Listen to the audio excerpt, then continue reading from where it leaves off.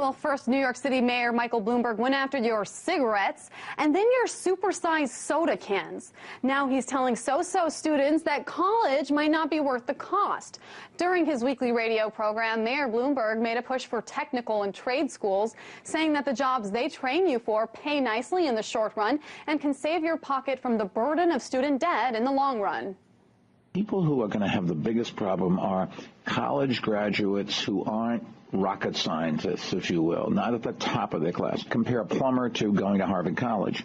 Being a plumber actually for the average person probably would be a better deal because you don't spend 4 years spending $40,000, $50,000 tuition and no income. Mayor Bloomberg pointed out a number of arguments for technical and trade schools, a decent standard of living without student debt for one, along with the ability to be able to start earning money right away.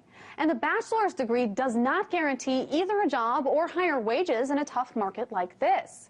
Another benefit to seeking technical jobs over white-collar ones, employees don't have to worry about their jobs being outsourced or computerized, since many of these jobs require an in-person, hands-on approach. According to Mayor Bloomberg, it all comes down to the type of profession you're looking to get into.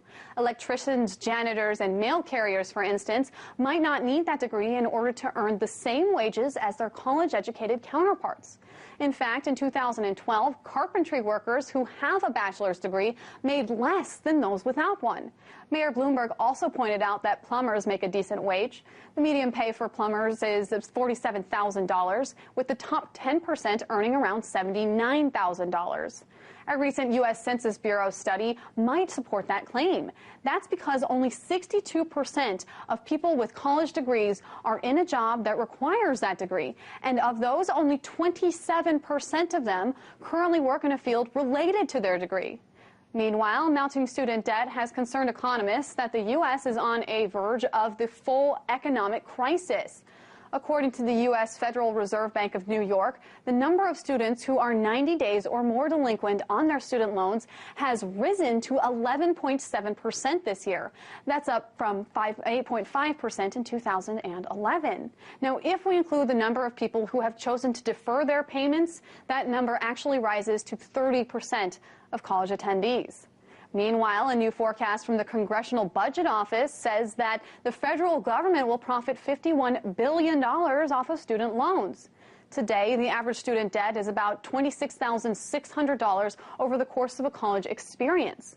So the question becomes, is college worth the cost? Well, when Americans hear success stories like that of Mark Zuckerberg or Walt Disney or Steve Jobs or Bill Gates, they see that the opportunity for success without a college degree is available. However, the dream of becoming a multimillionaire from an invention is exceptionally rare. When you compare the lifetime wage differences of people with and without college degrees, many people with degrees make more money in a lifetime than those without. CEOs of all kinds tend to make $1.9 million more dollars. People who work in security commodities and financial service sales make $1.5 million more dollars over the course of their career, and managers of all types make $1.3 million more dollars over their lifetime. Heck, even construction managers make more. They make $1.1 million more dollars than their counterparts without a college degree. And this isn't to mention the number of growing concerns like that of countries like China, possibly outpacing the U.S. in education and eventually in innovation with a strong, highly educated workforce.